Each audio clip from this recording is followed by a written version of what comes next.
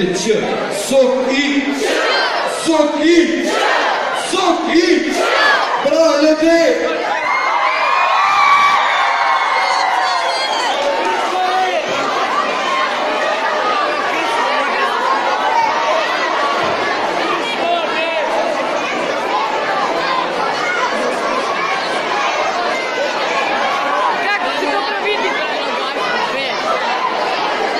Ja sam se umorio. Daj ja pozdrav za Glišu, molim vas.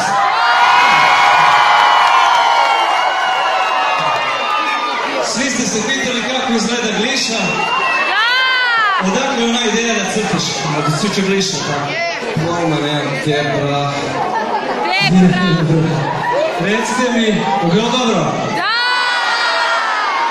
Koja je sljedeća parodija? Pa možda Gastos problem, a?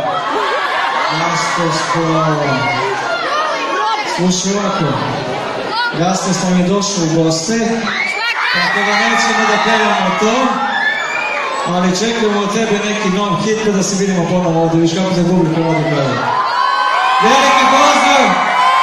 Gliša, naši prijatelji iz Beča, i za njih jedan veliki pozdrav, dođite još jedan da vas vidimo. Niko i Aleksandra, dođite da vas pozdravi publika još jedan puta.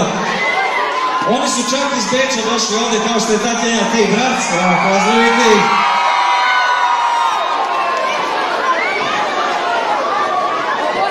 Njima je tek izašla pesma, jako se dobro vrti na YouTube-u.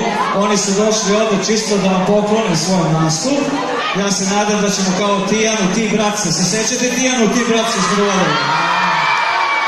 Tako ćemo i njih da ugostimo opet sljedeći put, je tako? Hvala vam puno, veliki aplauz za naši gosti iz Beča. Da vidimo ko nam je sljedeći, Koga vi da čujete?